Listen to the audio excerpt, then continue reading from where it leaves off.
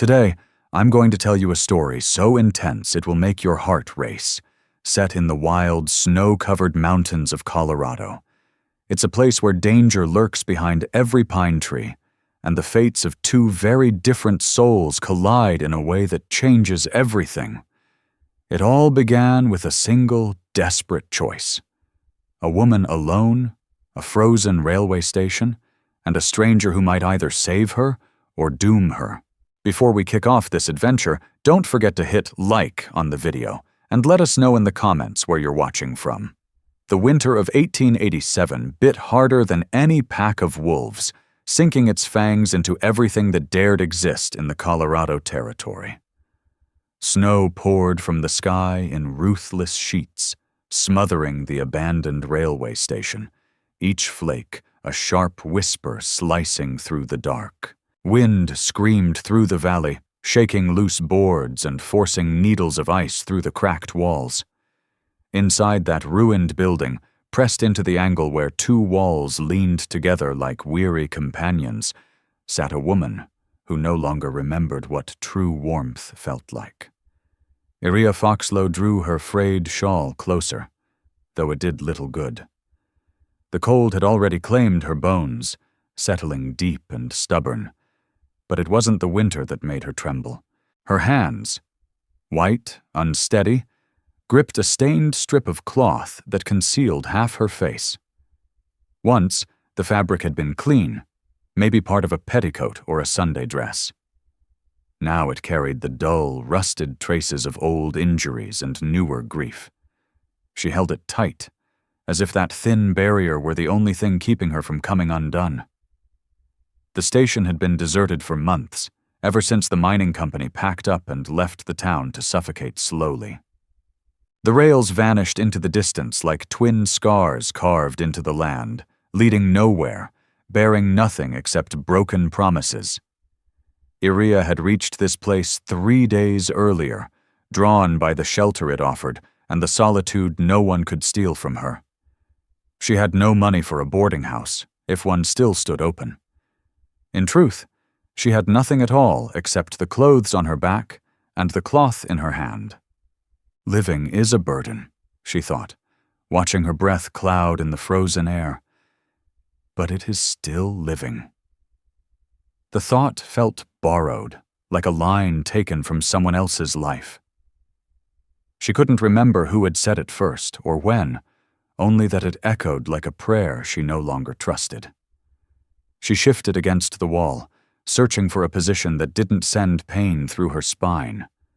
Comfort, like kindness, had become foreign to her. Outside, the storm raged as if personally insulted.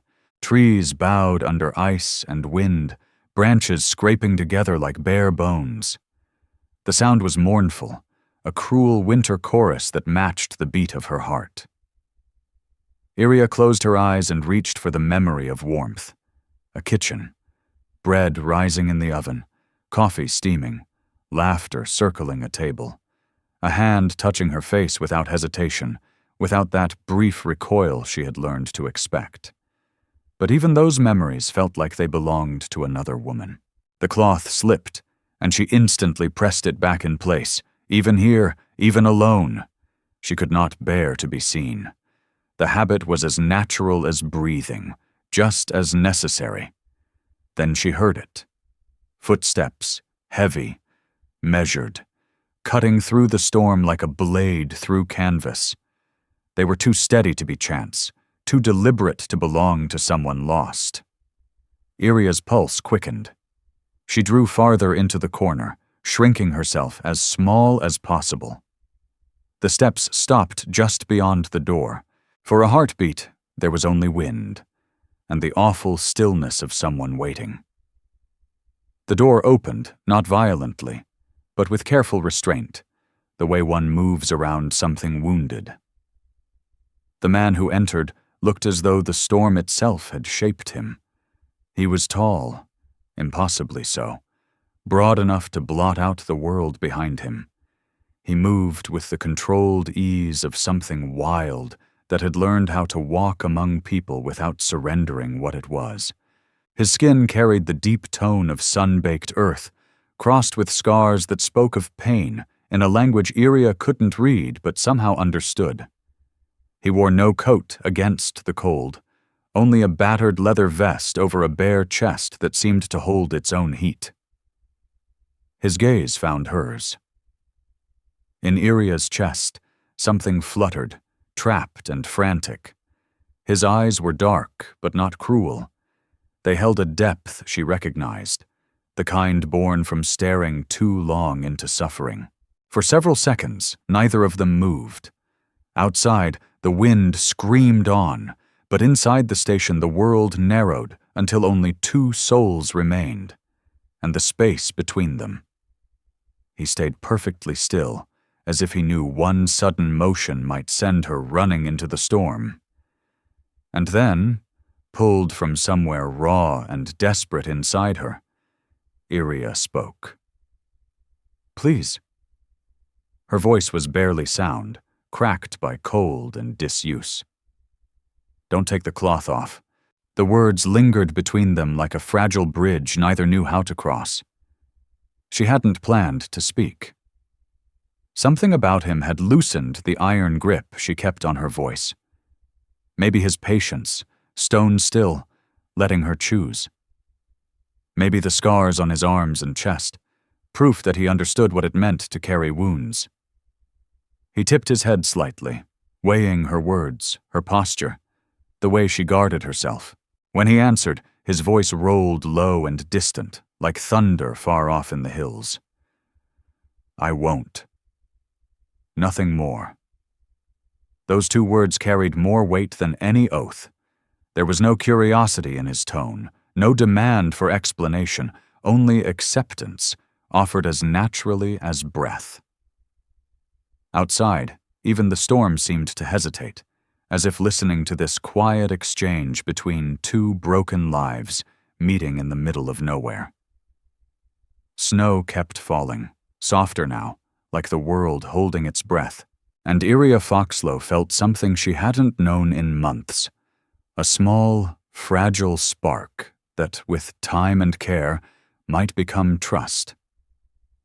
It was as delicate as a newborn bird, yet it existed, slowly warming a place inside her that had been frozen for so long she had forgotten it was there at all. The giant man did not move, remaining where he stood, patient as the season itself, waiting for her to decide whether this moment marked the start of something new or simply another ending in a life already crowded with them. Somewhere beyond the storm, a wolf lifted its voice, then another answered and another, until the night filled with their aching cries. Inside the abandoned station, however, two people who understood solitude sat without speaking, neither ready to give voice to the words that might alter everything. The cabin appeared through the swirling snow like a vision pulled from a half-remembered dream. It rested against a rocky rise, protected by tall pines leaning toward one another like old women sharing secrets. Smoke climbed straight from the chimney, stubborn against the wind, and a soft glow spilled from the windows, promising safety. Iria Foxlow's legs had failed her twice on the climb up the mountain trail, but the man who called himself Nerok had only waited, steady as the stone beneath the snow, until she gathered the strength to move again. He had not offered to carry her, somehow knowing that her pride was one of the few possessions she still claimed, yet he stayed close enough to catch her if she stumbled. Now, standing before his cabin, the weight of her choice settled heavily on her shoulders. She was about to step into a stranger's home, miles from any other soul, protected only by his word. Months ago, she would have called it madness. Months ago, she had been someone else entirely. Nerok pushed the wooden door open and stepped aside, motioning for her to enter first. The simple courtesy nearly unraveled her. When had anyone last shown her such plain respect? When had someone looked at her without their eyes slipping away in discomfort or disgust? The inside of the cabin closed around her like an embrace she hadn't known she needed. Fire crackled in a stone hearth, throwing restless shadows across shelves lined with handmade tools and plain furniture. The air carried the scent of smoke and something rich and savory that made her stomach twist with hunger. It was clearly a man's space, but it was clean, orderly, shaped by a care that spoke of someone who valued small comforts. "Sit," Nerok said, nodding toward a chair near the fire. It was not an order, only an invitation, spoken in that low, grounded voice that seemed to rise from deep within the earth. Iria eased herself down, one hand never leaving the cloth that hid her face. The heat from the fire washed over her, almost too much after so many frozen nights, and tears burned her eyes for reasons that had nothing to do with smoke.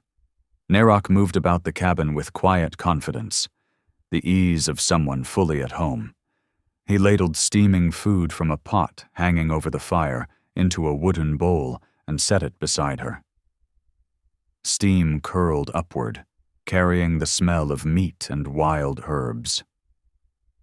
"Venison stew," he said. "Eat." She stared at the bowl as though it might vanish. When had she last eaten a real meal? The crusts and scraps she had survived on barely counted. Her stomach betrayed her with a low growl. "I don't have anything to pay you with," she whispered, shame thick in her throat. Nerok was filling his own bowl, his movements calm and unhurried. "Did I ask for payment?" he asked. The question hung between them, and Iria knew he was right. He had asked for nothing. Not money, not explanations, not even her name. He had given her shelter and food, simply because she needed them. She lifted the bowl with shaking hands and tasted the broth.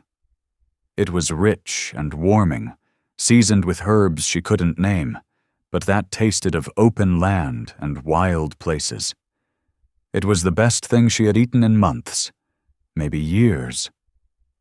They ate without speaking, yet the silence was not awkward. It felt easy, like the quiet shared by people who did not need words to fill every moment. Nerok ate with the same careful focus he seemed to bring to everything. His dark eyes drifted toward her now and then, never lingering, never demanding. The fire settled with a soft crackle, sparks lifting and vanishing into the chimney. Outside, the wind kept up its lonely song, but inside the cabin it felt distant, as though it belonged to another world entirely. "You don't talk much," Iria said at last, surprising herself. Nerok set his empty bowl aside and leaned back. "Words are like arrows," he said after a pause. "Better to aim them well than waste them on empty air." She turned the thought over in her mind, smooth and solid. In the life she had lived before everything shattered, people feared silence, rushing to fill it with noise. Here, quiet felt like a gift. "Where did you learn English so well?" she asked, then flushed. "I'm sorry. I didn't mean to pry." "Missionaries," he replied without offense. "They wanted to save my soul. Instead, they taught me their language." There was the faintest hint of dry humor in his voice. Though his face remained serious, Iria found herself almost smiling behind the cloth. "Almost," she said. "Did it work? The soul-saving, I mean? Still deciding?" This time there was no mistaking it. She heard the faint trace of humor. "Dry as sunburned grass." It struck her then how long it had been since she'd felt anything like lightness, and that small flicker of it felt close to a miracle. The fire's warmth and the solid food settling in her stomach pulled at her eyelids, tempting her toward rest.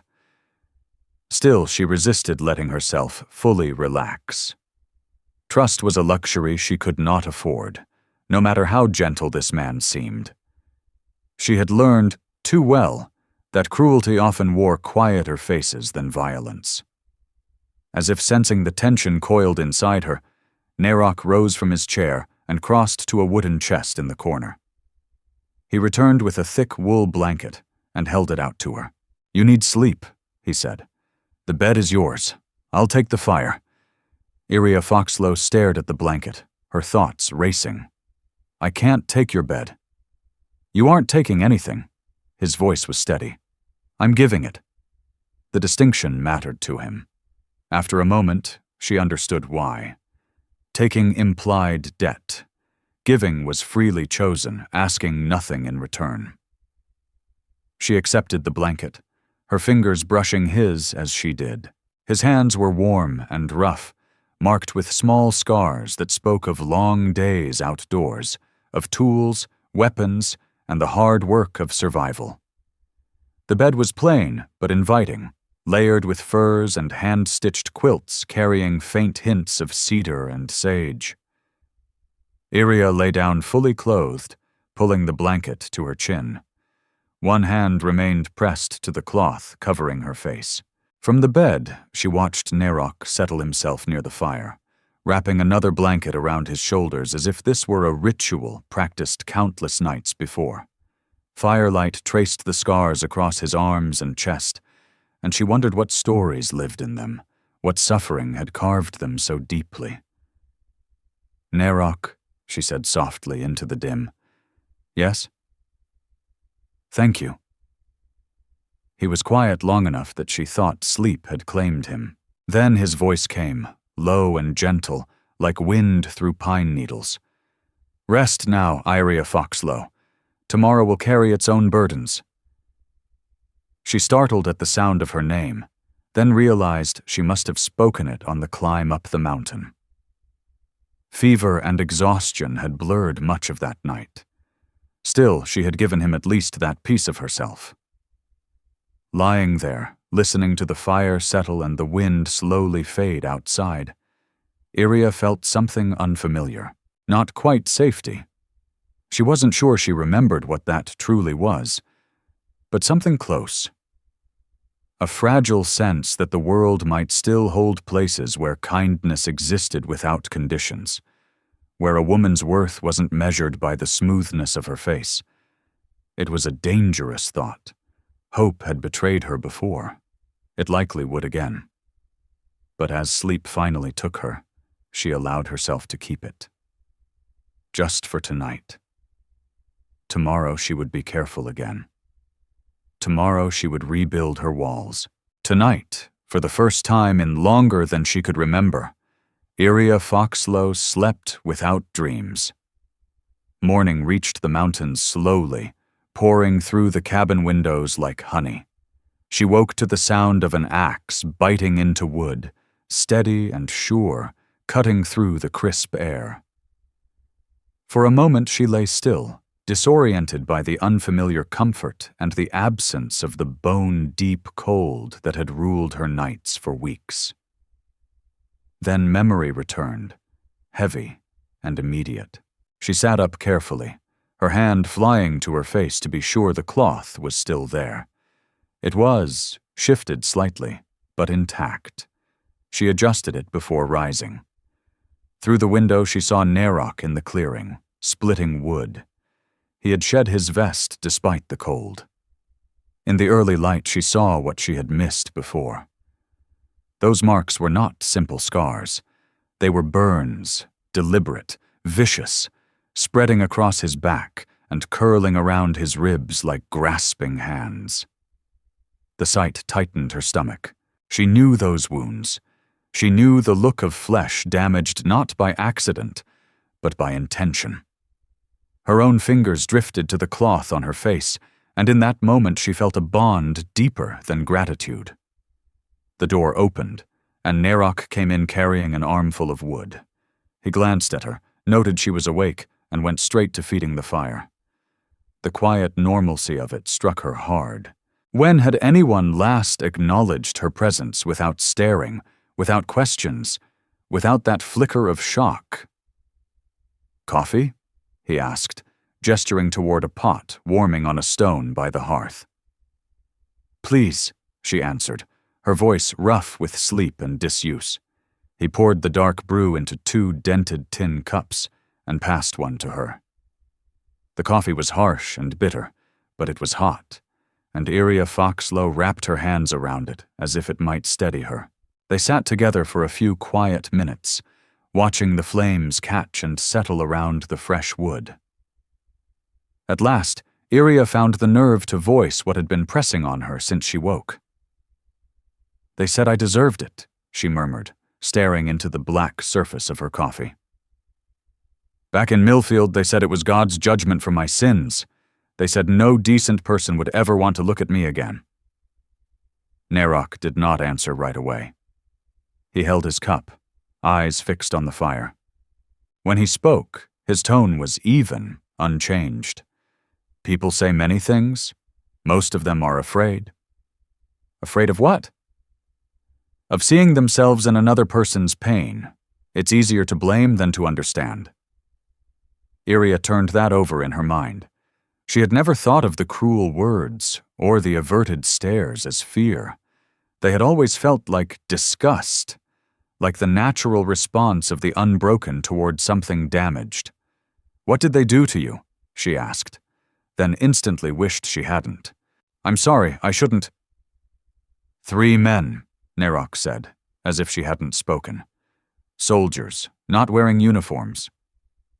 He set his cup down and rolled back his sleeves, revealing more of the burn scars along his forearms. "They said I stole their horses. I did not. In the morning they used brands, slow, careful, like marking cattle. They wanted everyone to know what I was." His words struck Iria like blows. She knew cruelty. She carried it on her own skin, but there was something especially monstrous in the method, in the planning. Her scars had come from fury, violent, uncontrolled. His came from intention. "How do you live with it?" she whispered. "How do you keep going, knowing people see those marks and judge you for them?" Nerok was quiet for a long time, his gaze distant. When he answered, his voice carried a weight deeper than memory alone. "Living is a burden," he said slowly. "But it is still living. What they put on my body belongs to them. What I choose to do with the life I still have, that belongs to me." The words echoed her own thoughts from the night before. Had she spoken them aloud on the climb up the mountain? Or did this understanding simply find those who had looked long enough into darkness and survived? "I don't feel strong enough to choose anymore," she admitted. "It feels like the woman I was died the night this happened, and I'm just whatever's left." "Then you build something new from what remains," Nerok said. The simplicity of it struck her hard. She had thought of herself as ruined, as something broken past repair. But what if she was more like the cabin around them, rough materials shaped by careful hands into shelter and warmth? The fire snapped, sparks lifting into the chimney. Iria really looked at Nerok then, not just as the man who had saved her, not merely another soul marked by pain, but as someone who had taken the worst the world could offer and turned it into patience, into quiet strength. "Do you ever get angry?" she asked. A hint of a smile crossed his face, so brief she almost missed it. "Every day, but I don't let it eat me alive." "Anger is like fire," he went on. "It can keep you warm, or it can burn everything down. The choice is in how you tend it." Iria set her cup aside and pulled the blanket tighter around her shoulders. The cloth over her face felt heavier, as if it carried the weight of every word between them. She thought of the woman she had been before, someone's sister, a respectable man's daughter, promised to the bank manager's son. That woman had lived by other people's expectations, by roles chosen for her. Maybe she did need to die, so something else could be born. "The scars on my face," she said slowly. "They came from the man I was meant to marry, or used to be meant to." She paused, waiting for judgment, for questions. None came. Nerok listened, fully, without pressure. "He said I'd shamed him," she continued, that I was no longer fit to be any decent man's wife. He might have been right about that last part. She hesitated. But was he right about the rest? The question startled her. No one had ever asked her that before. No one had cared whether she believed she had truly done something wrong. "I don't know," she said honestly. "I made a choice that felt right at the time. It hurt people I cared about. The consequences were worse than I expected." "Consequences and punishment are not the same," Nerok said. The difference landed like a revelation. Consequences were the natural outcome of choices, like seeds taking root. Punishment was something inflicted by others, often far crueler than anything deserved. "He had no right to do this to me," Iria said softly. Even as the words left her lips, Iria felt a tight knot inside her chest begin to loosen. "No," Nerok said simply. "He did not." They fell into silence again, but it was no longer cautious or guarded. It was warmer, steadier. Two people shaped by other people's cruelty, sitting close enough to sense the beginnings of something that might one day resemble healing. Outside, snow began to fall again, soft this time, drifting down like a blessing instead of a sentence. The cabin seemed to draw inward, growing smaller, more intimate, as if honesty itself had pulled the walls closer. "I'm afraid," Iria Foxlow said suddenly. "Of what?" "That this kindness you're giving me will end," she said quietly. "That once you see what I really am beneath all this—" She gestured toward the cloth over her face. Nerok leaned forward, resting his elbows on his knees, his gaze steady and unflinching. "I have seen what cruelty looks like," he said. "Iria Foxlow, I have seen what hatred does to human flesh." He held her eyes. "What I see when I look at you is not ugliness, it is survival." The words settled between them, forming a bridge neither had expected. For the first time since that night in Millfield, Iria felt something other than shame when she thought about her reflection. Survival. Yes, that might be what she was. 5 days later, the need for supplies drove them down from the mountain. Nerok's stores were running thin: flour, salt, coffee, things even the most capable man couldn't coax from the wilderness. Iria offered to stay behind, but he shook his head. "Hiding won't make the world smaller," he had said. She knew he was right, even as dread twisted in her stomach at the thought of other people. The town of Cedar Falls crouched in the valley below. A scatter of wooden buildings dropped without care. Larger than Millfield, but cut from the same cloth. Structures built for use, not beauty. Streets turning to mud at the first hint of moisture, and an unspoken suspicion of anything that didn't fit its narrow idea of normal. Nerok had fashioned a rough sled from pine branches for the supplies, pulling it behind him as they walked the main street. Iria kept her head lowered, the cloth firmly in place, yet she felt eyes on her from every direction. Conversations died as they passed. Children were hurried indoors, judgment pressed down on her like weight. "Well, I'll be—" The sharp voice came from the general store doorway. "If it isn't the savage and his pet freak." Iria stumbled, but Nerok never broke stride, moving forward as if he hadn't heard a thing. The woman standing there was middle-aged, her steel-gray hair pulled so tight it stretched her skin. She wore severe black wool, costly and unforgiving, and her eyes gleamed with practiced malice. Brigid Ashmoor. Nerok inclined his head slightly as they approached. "Don't you Mrs. Ashmoor me, you heathen!" she snapped. "What are you doing dragging that thing into a decent town?"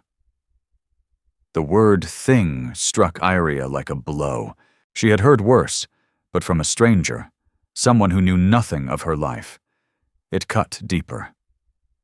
"We need supplies," Nerok said calmly, as though no insult had been spoken. "Supplies?" Brigid sneered. "Turn around and get them somewhere else. We don't serve your kind here." A small crowd gathered, drawn by the tension. Iria recognized them, the ones who fed on spectacle, on the quiet thrill of someone else's pain. "What kind would that be?"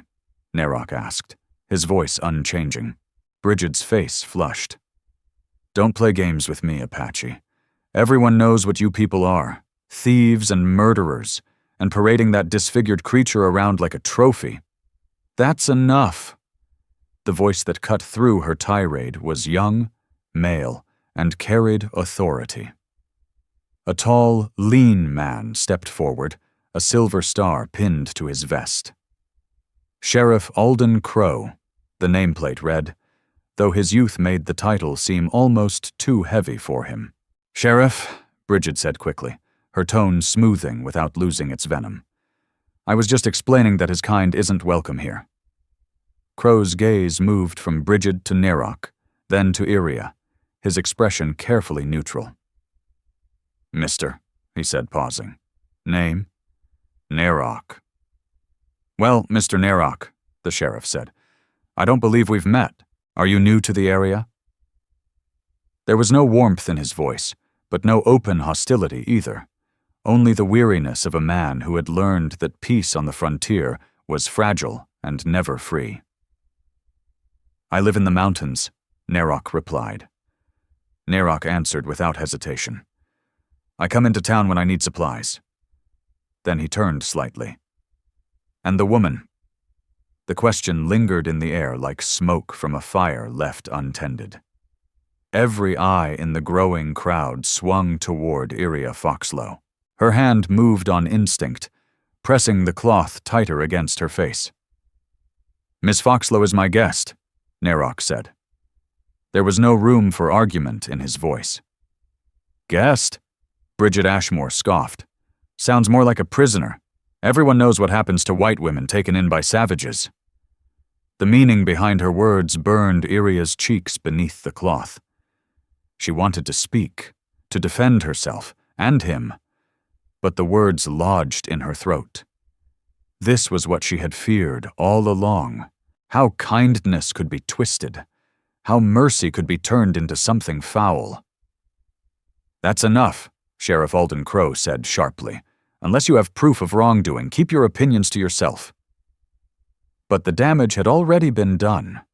Murmurs rippled through the Redstone folk, spreading fast and hungry. Poor woman. You know what they do to captives. Better off dead. Each whisper cut into her like a blade. "I'm not a prisoner." The words slipped out before Iria could stop them. They were quiet, but in the sudden hush they carried. "What was that?" Sheriff Crow asked, leaning closer. She lifted her head, meeting his gaze despite the cloth. "I said I'm not a prisoner. I chose to be here." A fresh wave of murmuring swept the crowd.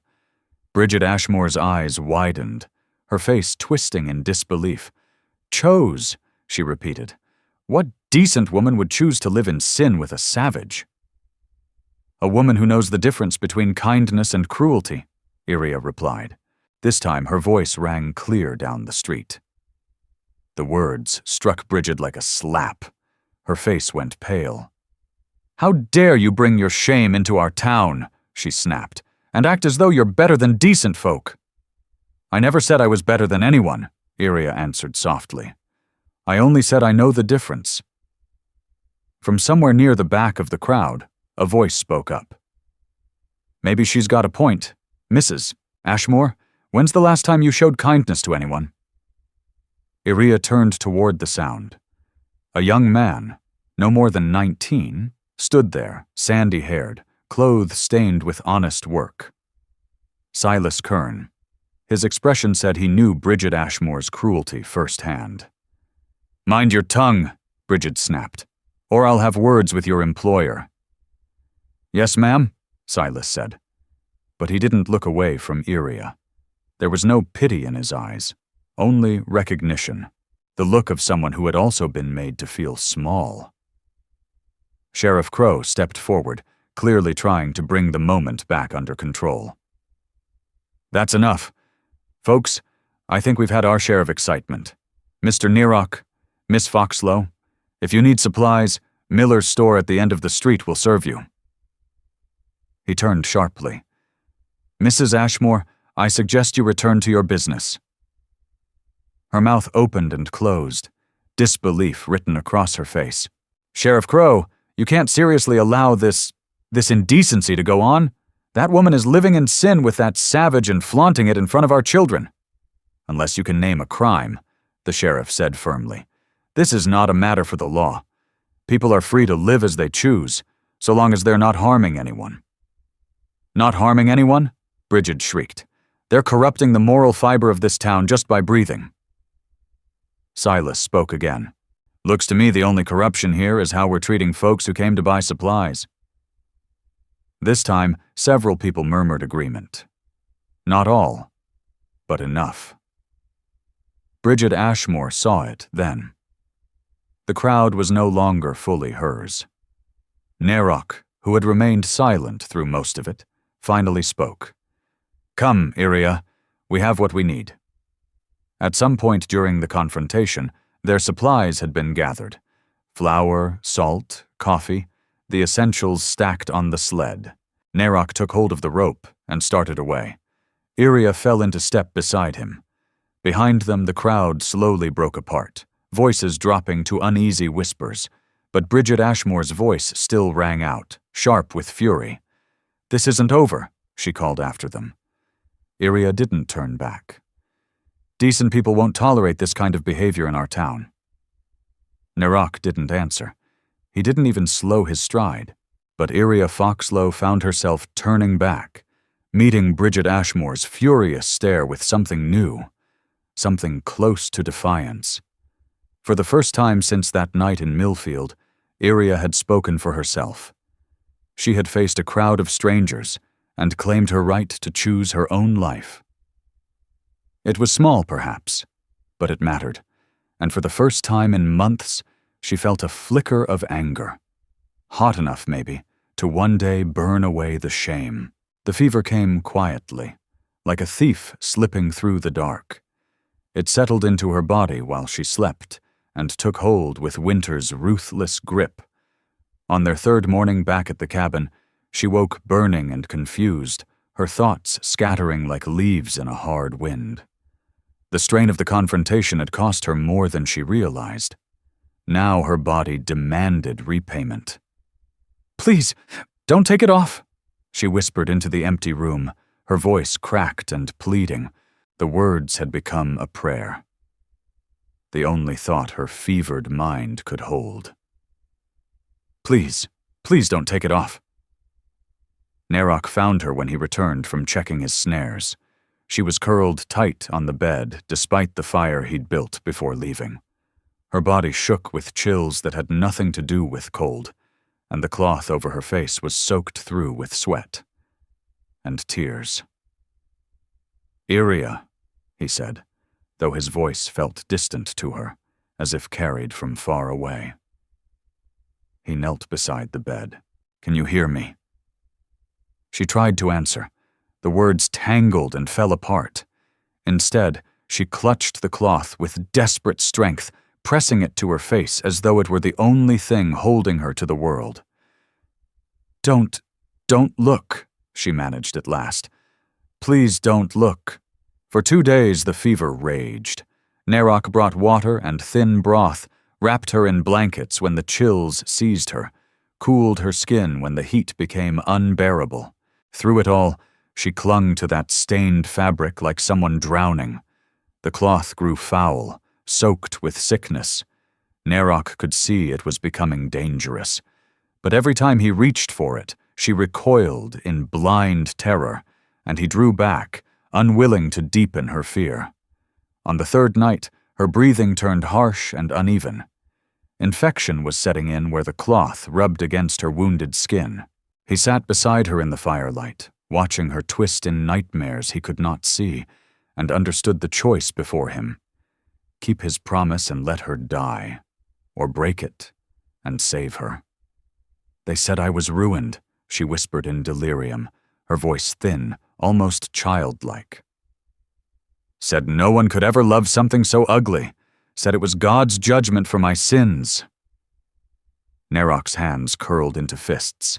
He had heard such words before, thrown at him by men who believed cruelty was righteousness.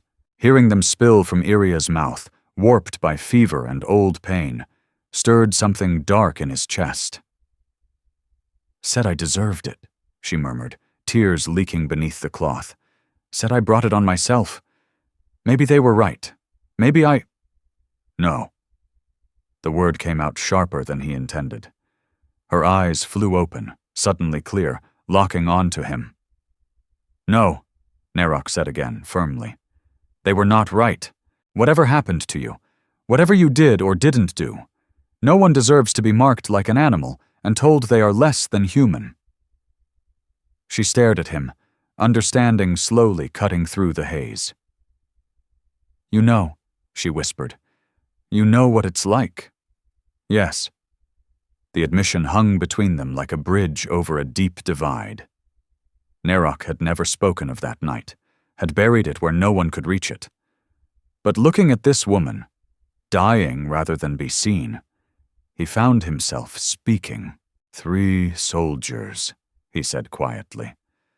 They came to my village looking for stolen horses. We had none, but they needed someone to blame. Iria's breathing eased, his voice pulling her back from the edge. They held me down, he continued, steady despite the memories clawing at him. They used cattle brands, said they wanted everyone to know what I was, what my people were, animals, thieves, less than human. Without thinking, his hands moved to his shirt. Slowly, carefully, he removed it. Firelight revealed the full truth, not just burns, but crude letters branded into his flesh, spelling lies meant to follow him forever. They laughed, he said simply. They laughed while they burned me. Iria's eyes widened, fixed on the scarred words across his chest. Oh, Nerok, she breathed.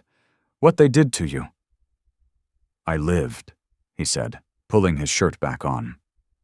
I healed. The fire crackled softly, and for a moment the world held its breath. I chose what to do with the life they tried to take from me, Nerok said, leaning forward, his dark eyes burning with intensity. But I cannot make that choice for you. Iria, only you can decide what your survival means. She lay silent for a long while, her fever-bright gaze unfocused, drifting somewhere far away. When she finally spoke, her voice was so faint he had to lean closer to hear.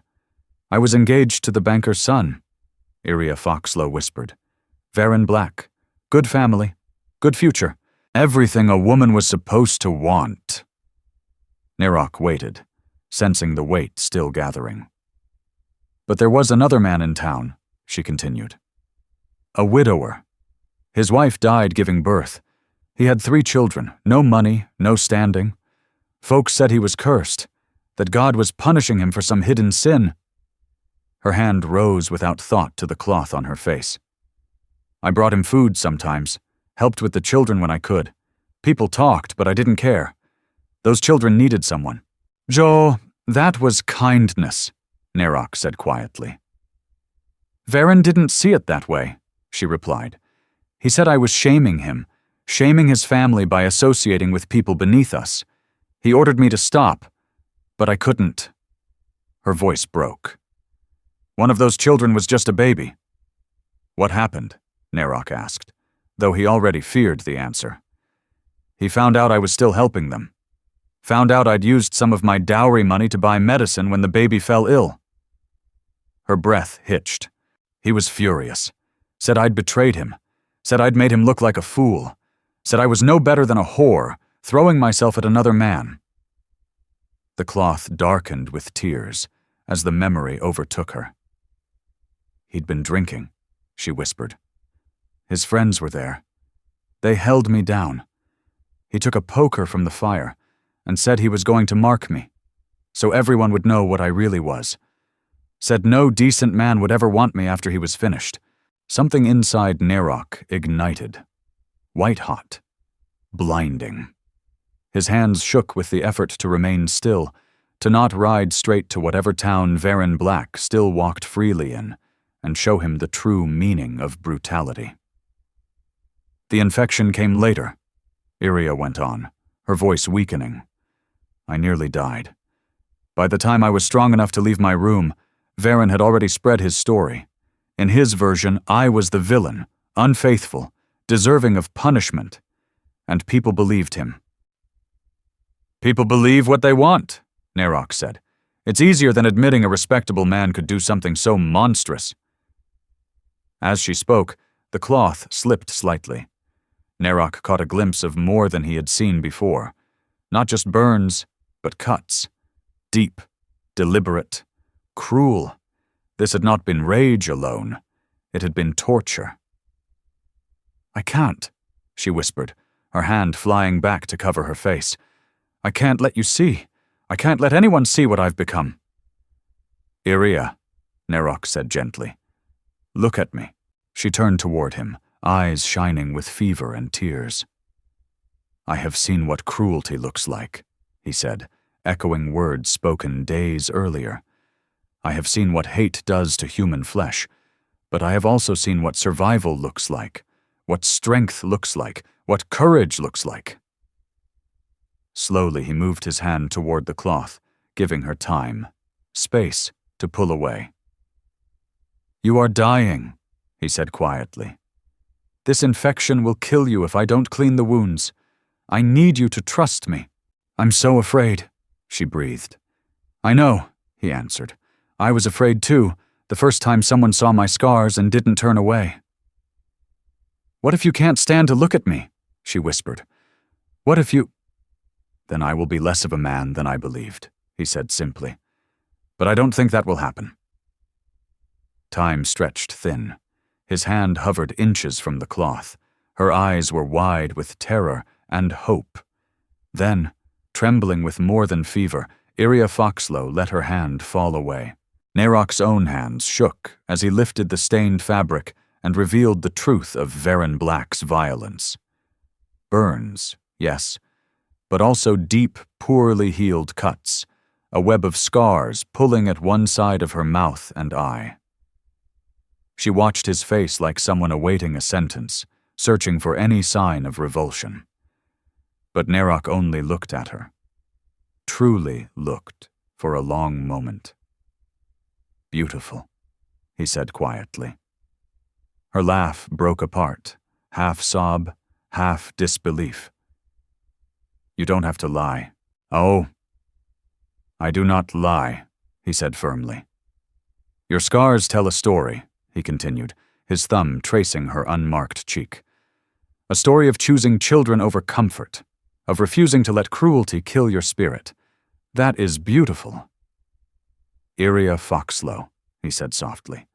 That is the most beautiful thing I have ever seen. And for the first time since that night, Iria wept, not from pain or shame, but from the overwhelming relief of being seen, truly seen, and not found wanting. The rumors reached Cedar Falls faster than any horse, spreading through the mountain town like fire through dry timber. By the time the first snow began to soften and expose the mud beneath the streets, the story had reached every corner of town. From the preacher to the blacksmith, everyone had heard some version of it. The scarred woman and the Apache living in sin up in the mountains, a rot threatening the moral spine of the community. It was Brigid Ashmoor, of course, who stoked the fire hottest. She appointed herself guardian of decency, holding court in her store and at church gatherings, spinning ever more vivid tales of what must be taking place in that cabin among the pines.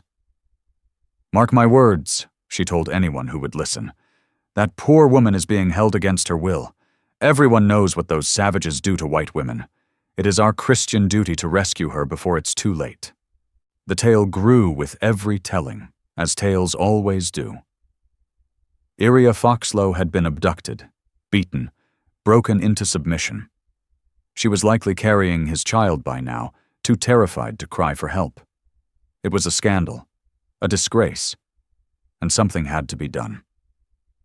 Sheriff Alden Crow found himself caught between his duty to keep order and a growing doubt that things were as Brigid claimed. He had seen real fear before, even in his short career, and the woman he'd watched on the street had not looked like a captive. Afraid, yes, but not of the man beside her. If anything, she seemed steadier because of him. Still, the pressure mounted. Brigid gathered support from prominent townsfolk, including the banker who held the mortgages on half the businesses in town. Even preacher Malach Row began weaving vague warnings about moral decay and heathen influence into his Sunday sermons. The breaking point came on a Tuesday morning in early March, when young Cole Thatch came barreling into town, breathless and wide-eyed, claiming he had seen smoke signals rising from the mountain. "War signals," he insisted to anyone nearby. "My pa says they only make smoke like that when they're planning to attack white folks." The boy was barely 14 and had likely seen nothing more than Nerok's cooking fire. But Brigid seized the story like a blade. Within hours, she convinced the sheriff that immediate action was required. "That woman's life could be in danger," she insisted, "and if they're planning an attack, we have a duty to protect our families." Sheriff Crow assembled a small group himself. They were armed, but he made it clear this was not meant to be a fight. It was a rescue. Nothing more. High in the mountains, Iria was preparing a simple meal when she saw riders threading through the trees. Her blood turned cold. For an instant, she was back in Millfield, back to the night Varen Black arrived with his friends and their easy cruelty. "Nerok," she called, fear tightening her voice.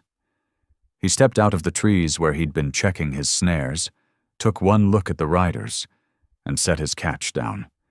His face showed nothing, but she saw the tension in his shoulders, the way his hand drifted toward the rifle by the cabin wall.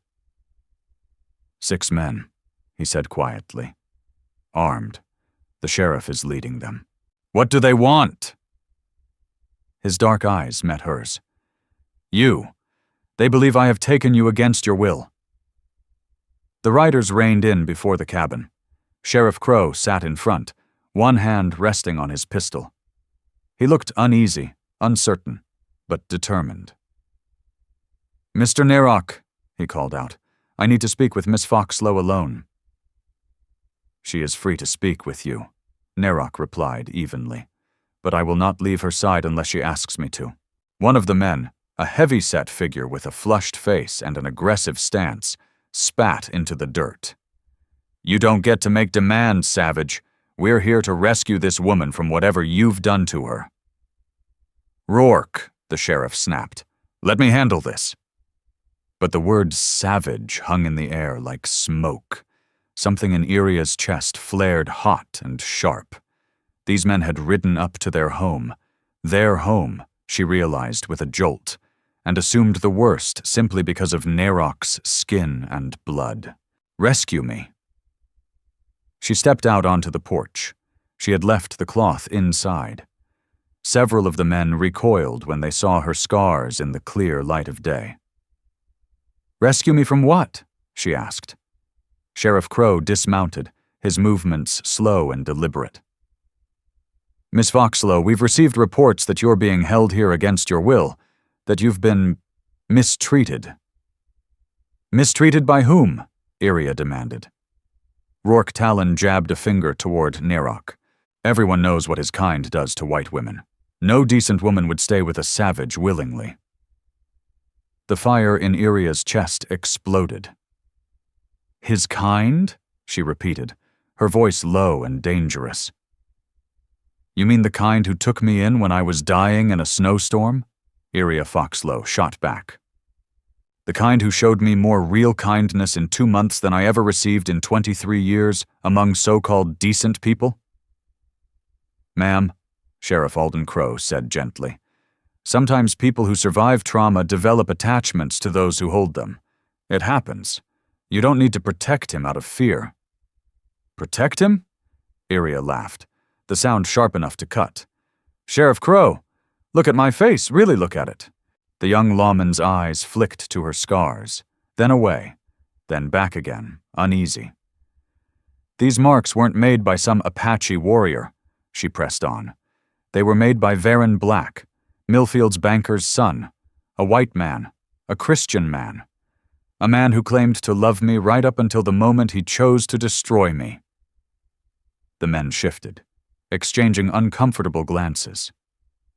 This was not the story they had come for. You want to know what Nerok did to me? Iria's voice grew steadier with every word. He cleaned my infected wounds. He fed me when I couldn't lift a spoon. He gave me his bed and slept on the floor without complaint. He has never demanded anything from me, never taken a thing I didn't give freely. But the living arrangements, Deputy Miller began. Proper? Iria snapped, cracking the word like a whip. Was it proper when Varen Black held me down and burned my face because I dared to help a widower's children? Was it proper when the good people of Millfield called me a whore and said I deserved it? Was it proper when they drove me into the winter to die because my presence offended them? Silence fell hard. Even the horses shifted and snorted, sensing the strain. I am not Nerok's prisoner, Iria said at last, her voice carrying across the clearing with absolute certainty. I am not his victim. I chose to stay here because for the first time in my life, I am with someone who sees my scars and doesn't flinch. Someone who looks at me and sees a person worth saving, not a problem to be erased. Nerok had remained quiet, but now he spoke, his voice calm and grounded. They want you to choose, he said. They want you to hide again, to be ashamed again, to let others decide your life. The choice is yours, Iria. Sheriff Crow looked between them, plainly struggling. He had expected a terrified woman grateful for rescue. Instead, he found resolve, fierce and dignified. Miss Foxlow, he said carefully, if you truly want to stay here, that is your right. But the town is concerned about what this means for the community. What it means, Iria answered, is that two people broken by other people's cruelty found something worth protecting. It means love doesn't always look the way folks expect. And sometimes the most decent thing you can do is reject the rules people use to excuse their indecency. The word love hung between them, startling in its truth. Iria hadn't planned to say it, hadn't fully admitted it even to herself. Yet there it was, spoken before 6 armed men who had come to rescue her from the best thing that had ever happened to her. Rourke Talon spat into the dirt, his face twisted. This is what comes of letting heathens live near civilized folk. Corruption spreads like disease. Before anyone could answer, another voice cut in. Seems to me the only disease here is riding armed into the mountains to tell a woman what she can do with her own life. Heads turned. A 7th rider approached, Elias Kearn. Young, pale, and determined, his horse slick with sweat from a hard ride. Silas? Sheriff Crow frowned. What are you doing here? Heard about the posse, Silas said, dismounting and stepping beside Iria and Nerok. Figured someone ought to speak up for folks who've done nothing but mind their own business. Boy, you don't know what you're talking about, Rourke growled. Neither do you, Silas shot back. Miss Foxlow is grown. She says she wants to be here, and I believe her. More than I believe gossip that gets uglier every time it's told. Sheriff Crow surveyed his men, then the 3 standing together before the cabin. The truth settled in. He had been steered into this by rumor and fear. I think, he said slowly, we've said what we came to say. Miss Foxlow has made her position clear. Harlan, Rourke protested. I'm considering that this is a free country, the sheriff cut in, and free people make their own choices, even when we don't like them. He swung back into the saddle, clearly ready to end it. The horses turned, one by one, and the moment loosened its grip, leaving Iria standing where she had chosen to stand, Miss Foxlow, if you ever need help, you know where to find me, Sheriff Alden Crow said as the men prepared to leave. He nodded once toward Nerok. And you, I expect you'll continue to be a good neighbor. Something shifted inside Iria Foxlow as the riders turned back toward the trees. She had faced 6 armed men and claimed her right to choose her own life. She had spoken the word love aloud, and meant it. For perhaps the first time, she had refused to let other people's expectations decide her worth. The riders vanished among the pines, leaving only wind in the branches and the certainty that nothing would ever return to the way it had been before. That fragile peace lasted exactly 4 days. Sheriff Crow had barely finished drafting his report when Brigid Ashmoor burst into his office. Her face was flushed with righteous fury, her black dress whispering sharply with every step. Behind her followed a small procession of Redstone's most influential figures: Barlow Dent, the banker, Amon Price, the merchant, and preacher Malach Row. Their expressions were set with grim purpose. "Sheriff Crow," Brigid began without greeting, "your handling of that situation in the mountains was disgracefully inadequate. That poor woman has been so terrorized she no longer knows her own mind." Crow looked up slowly, weariness settling behind his eyes. He had expected this, had felt it coming in the murmurs and sidelong looks since the posse returned. "Mrs. Ashmoor," he said evenly, "I told you exactly what I found. Miss Foxlow made her wishes very clear." "She's been manipulated," Barlow Dent cut in, his voice carrying the confidence of a man accustomed to being obeyed. "It's well known that captives form unnatural attachments to their captors. As Christians, it's our duty to save her from herself. And how exactly do you propose to do that?" Crow asked, though he already knew. Preacher Malach Row stepped forward, his tall frame casting a long shadow across the desk. "We propose that you do your duty. That woman is living in sin with a heathen, poisoning the moral spine of our town. If the law won't act, then decent people must." The threat hung heavy in the air. Crow felt his stomach tighten. He had seen what happened when decent people took justice into their own hands, and it never ended cleanly. "I strongly advise against any vigilante action," he said firmly. "Miss Foxlow is a free citizen. No crime has been committed." "No crime?" Brigid's voice rose sharply. "She's openly living in adultery with a savage, flaunting immorality before God himself." "She's an unmarried woman living with an unmarried man," Crow replied. "That may offend you, but it isn't illegal."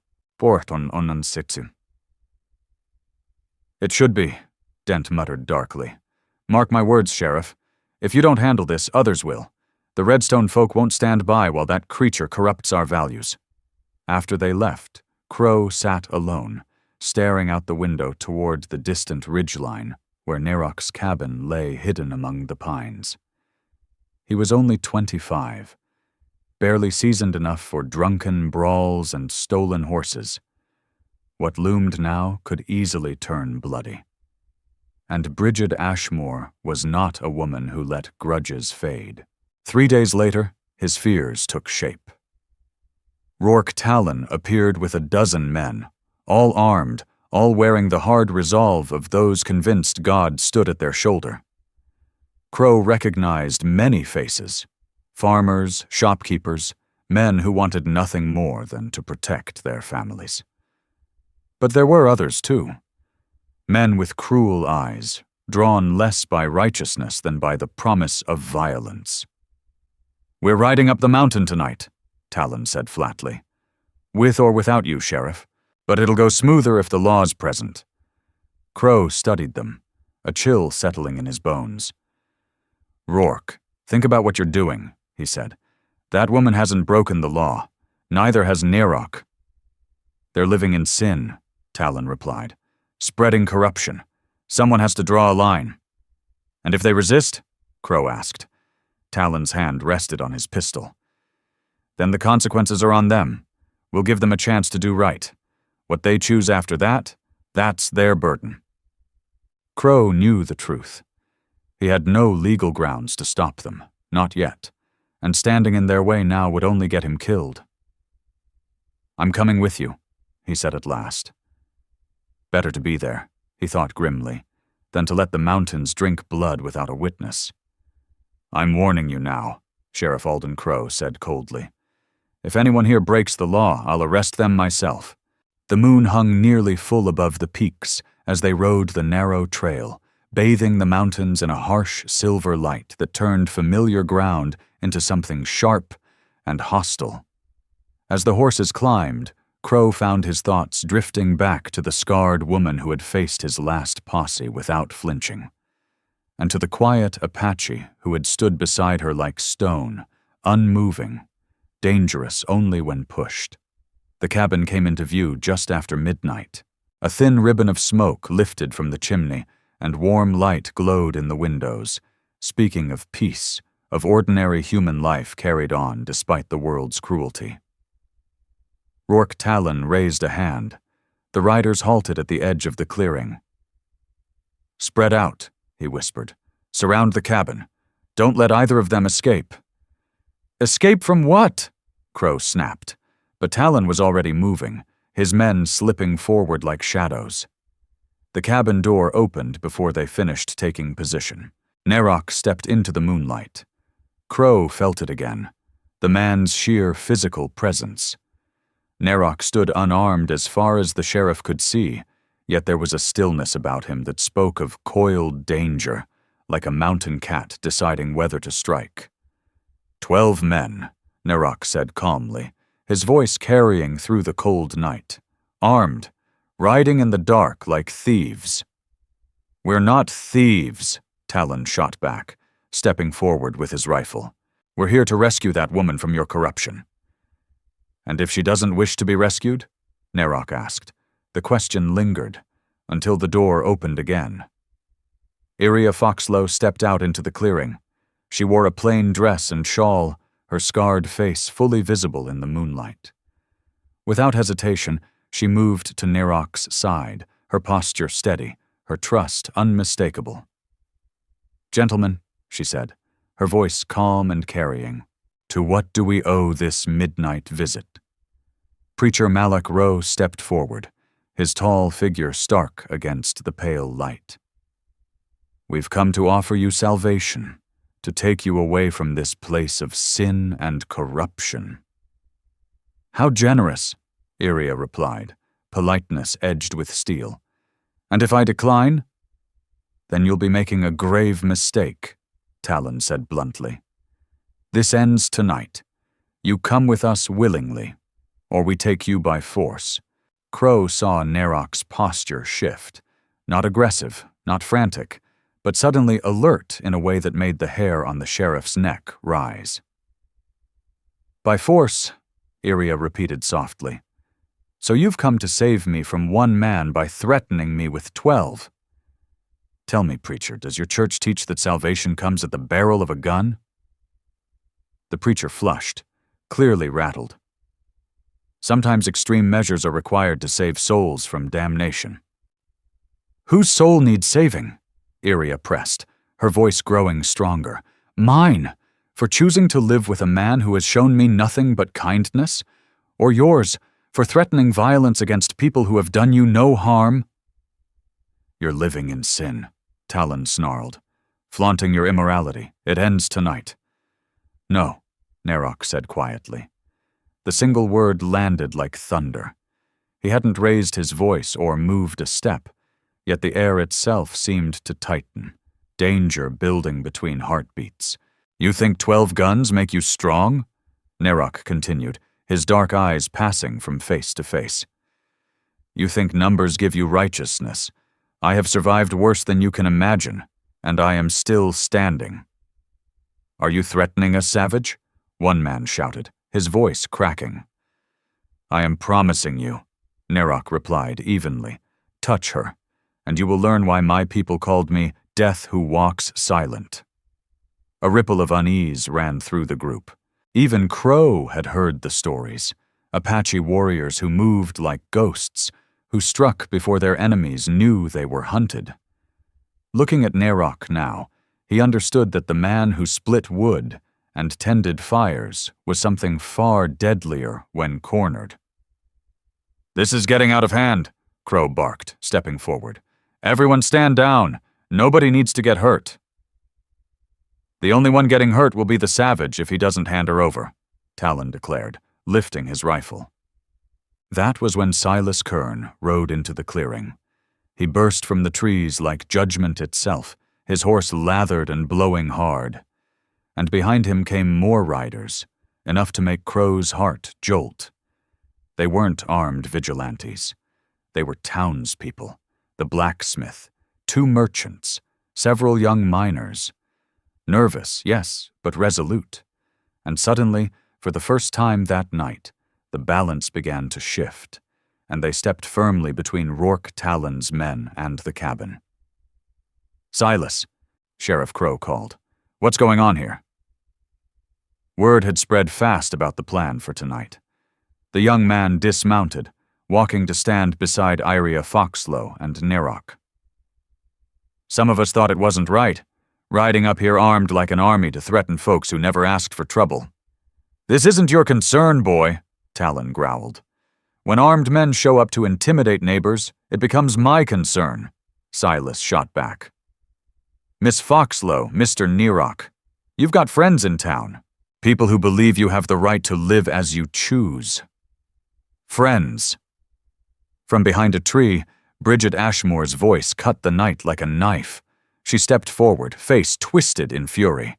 "Friends, with savages and whores? Do you know what decency really means?" "Decency," Silas replied steadily, "means not threatening people in their own homes. Decency means not judging others by the color of their skin or the scars on their faces." The 2 groups faced each other across the moonlit clearing. Crow realized the situation balanced on a knife's edge. One wrong word, one sudden move, and blood would spill. "This ends now," he bellowed, drawing his pistol but keeping it pointed at the ground. "Everyone lowers their weapons and goes home. That's an order." "You don't have the authority," Talon shot back. "I do," Crow said firmly. "I can arrest anyone who commits a crime in my jurisdiction, and threatening people with deadly weapons counts as a crime." For a long moment, no one moved. Only the wind whispered through the pines, and horses shifted nervously. Slowly, one by one, Talon's men lowered their rifles. "This ain't worth dying for," muttered one, trudging back to his horse. Another followed, then another, until only Talon and a handful of the toughest men remained. They glanced around at their shrinking support and the growing number of townspeople who had come to stand with the couple they had tried to intimidate. "This isn't over," Talon spat finally, thick with frustration. "You can't protect them forever." "Maybe not," Silas said calmly. "But tonight, tomorrow, and every night after, we'll protect them if we have to." Talon swore under his breath and stalked back to his horse, his remaining men reluctantly following. As they rode off, the tension in the clearing eased, though Crow noticed Nerok remained vigilant until the last hoofbeat faded into the distance. "Thank you," Iria whispered to the small group who had come to their aid. "You didn't have to," she added. "Yes, we did," Silas replied gently. "Sometimes standing up for what's right is the only choice decent people have left." The townspeople dispersed down the mountain trail in small groups. Crow found himself alone with the couple and young Silas. The crisis had passed, but he knew it was only temporary. Talon and his supporters would not relent easily, and Brigid Ashmoor would stir trouble whenever she could. "You might want to consider leaving," he said quietly to Nerok and Iria. "Find somewhere new to start over. This kind of hatred doesn't simply vanish." Nerok was silent for a moment, his arm around Iria's shoulders as they stood in the doorway of their cabin. When he finally spoke, his voice carried unwavering certainty. "We have found our place," he said simply. "We will not be driven from it by fear." Iria nodded, her scarred face resolute in the moonlight. "For the first time in my life, I'm exactly where I belong. I won't let anyone take that away from me." Crow watched them, Apache warrior and scarred woman, united by love, loss, and the stubborn refusal to let the world break them. For the first time in a long while, he felt something like hope. Maybe they could make it work. Maybe love really was stronger than hate, at least sometimes. As he rode back down the mountain, he couldn't shake the feeling that the real test was still ahead. Spring crept into the mountains like a whispered promise, slow at first, then with growing confidence as the snow retreated from the valleys. The cabin that had sheltered Iria through the long winter now felt like home, not earned through inheritance or marriage, but through the courage of choosing to stay. She watched Nerok working in what would soon be their garden, the first warmth of sunlight casting long shadows across the clearing. Turning the dark soil with steady, patient strokes, Nerok worked as if shaping more than earth, shaping a life. Iria Foxlow watched him, feeling a calm she hadn't known existed. A deep, unshakable sense of rightness filled her chest, a truth untethered from what anyone else might deem proper and anchored only in her heart. The scars on her face had softened over the long winter, though they would never vanish entirely. More importantly, they no longer carried the weight of shame. They were simply a part of her now, like the calluses on her hands from daily labor, the strength in her back from hauling water and splitting kindling. "The soil's good here," Nerok said without looking up. "It'll grow what we plant." She understood he meant more than vegetables. This place, this life they were building together, would nurture more than crops. Trust, perhaps, understanding, a love that grew slowly and deep, with roots strong enough to endure any storm. A sound along the trail drew their attention. Horses approaching, slowly, without urgency or threat. Sheriff Alden Crow emerged from the trees, not alone. "Morning. Don't want to interrupt anything," Briggs called as they neared. "You're always welcome here." Iria smiled, meaning it fully. The young sheriff had proven himself a man of principle through the long winter nights when Rourke Talon and his men had harassed them. He had stood between them and violence more than once, earning respect far beyond his official authority. "We brought news," Elias Kearn said, dismounting with the easy grace of someone born to the saddle. "Good news, mostly," Briggs added. "Mrs. Ashmoor?" Nerok asked, setting his shovel aside. "Left town 3 days ago," Briggs confirmed. "Her son-in-law got a job managing a bank up in Denver, and she decided to go with them.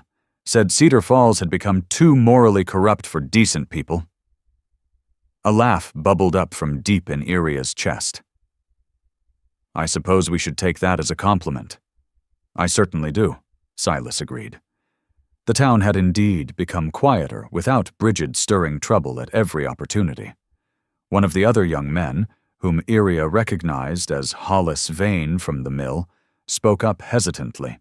"Miss Foxlow, if you don't mind me asking, do you ever regret choosing to stay here instead of, well, the life most folks would call normal?" She considered the question seriously. "Hollis, I once had what people call a normal life.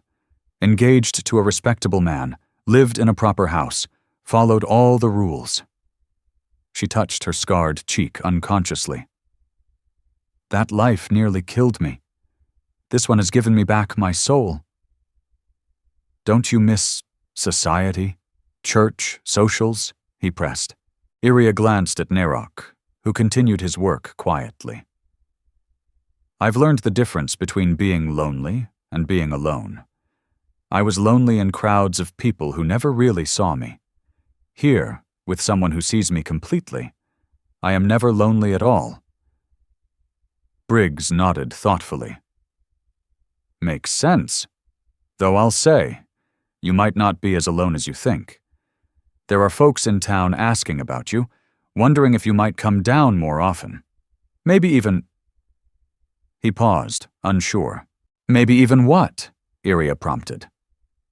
Well, Ada Fenwick, who runs the school, hopes you might consider helping with the children's reading lessons. She says a woman with your education could be a real asset to the community. Iria blinked in surprise. She had assumed her scars and unconventional living arrangement would bar her from any official role in town. Everyone knows about your face, Silas said gently. Some folks are bothered by it. Sure, but Ada says what matters is what's behind it. She says any woman brave enough to stand up to an armed mob probably has the backbone to handle a classroom full of rowdy children. Nerok straightened, his dark eyes meeting hers across the small garden. The choice is yours. He said simply, whatever you decide, I'll stand with you. The words carried the weight of that bitter night when Rourke Talon and his men had ridden armed, seeking to dictate her life. They wanted her to choose. But then as now, Nerok never forced a hand. He had never made decisions for her, never assumed his preferences should shape her world. In a frontier land where women were expected to trade one dependence for another, he offered something revolutionary. Partnership, built on mutual respect. I'd like to think about it, Iria Foxlow said at last. It's been so long since I thought I had anything to offer. Oi! You helped those children in Millfield, Hollis Vane pointed out. And from what Elias Kearn tells me, that's what started all your trouble. It did, Iria admitted. But maybe that means it's worth continuing. They spoke on, trading news from the valley, discussing how a woman in Iria's position might contribute to the community without compromising the life she had chosen. A delicate balance, yes, but not impossible. Times were changing slowly. There was room now for choices unthinkable a decade ago. As the visitors prepared to leave, Silas lingered, youthful face serious. Miss Foxlow, Mr. Nerok, know what you've done. Choosing to live your way, standing up to those who would tear you apart. It matters to folks like me, folks who never quite fit the mold either. How so? Iria asked. It shows us there are other ways to be happy, other ways to make a life. You don't have to follow rules that don't serve you. A grin broke across Silas's young face. I've been thinking of asking Leora Knox to marry me, he admitted, even though her father says I'm not good enough. If you two can find your own path, maybe I can too. After they left, Iria and Nerok returned to their work in companionable silence. The sun warmed their backs, the scent of turned soil rich with promise. This was happiness, not the dramatic romance of novels or approval of society she once craved, but simple contentment born of shared labor and understanding.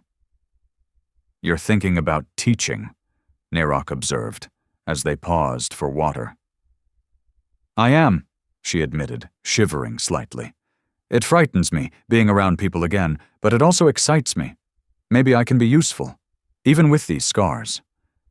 They never disqualified you, he said firmly. They only made you think they did. There was a difference. Evening fell, and they sat on the cabin steps, watching the last light fade from the mountain peaks. The cloth that had hidden Iria's face lay abandoned on the table inside, no longer needed. No longer armor against a world that might judge her harshly. She had learned to wear her scars as a badge of survival, proof she had endured what should have destroyed her, and emerged stronger. Do you ever wonder what would have happened if you hadn't found me that night? She asked suddenly. Nerok was silent for a long moment, arm warm around her shoulders. I don't wonder about paths not taken, he said finally. I try only to walk the one in front of me with honor. And this path? Are you content? She turned to him. His dark eyes, full of unspoken depth, met hers. Iria Foxlow, you are the best choice I've ever made. Even knowing the trouble, the trials we'd face, I would choose you again. Every day I choose you again. The words hung in the air like a benediction, simple, profound, absolute. This was love built on shared strength and mutual respect, not the desperate grasping of two broken souls. It was the joyful partnership of two people determined to build something beautiful. As darkness fell and stars appeared over the peaks, they went inside to their cabin, to the life they had chosen. Tomorrow would bring challenges, but tonight they were exactly where they belonged. Iria, once fearful to show her scars, now sat unashamed. Nerok, once branded by cruelty, now lived free by his choices. Together they proved that love could triumph over hate, courage over fear, and that the bravest act of all was refusing to let the world break you. Outside, snow began to fall again. Not the blizzard that had brought them together, but gentle spring snow, ready to melt by morning, nourishing the seeds they had planted, helping new things grow. Scars, the old stories said, marked shame or weakness. But Iria and Nerok knew better. They were proof. Finally, let me send my deep thanks to you. We appreciate you more than you think. If this tale stirred something deep inside, we invite you to remain part of this frontier of memories. More true stories of honor, compassion, and destiny are waiting for you here. Subscribe, share, comment, and thank you for riding with us today. Aviso legal, namuel. Disclaimer. Our content is designed for artistic and entertainment purposes and may reinterpret historical themes using fictional touches. We apply AI tools thoughtfully, only to support production, while keeping human supervision over editing, emotional tone, and narrative coherence. We always comply with regulatory guidelines for AI-based media and avoid deepfake practices or identity manipulation. All supporting components remain legally sourced. Please ask for authorization before sharing or adapting any segment. Your respect makes it possible for us to continue telling meaningful stories.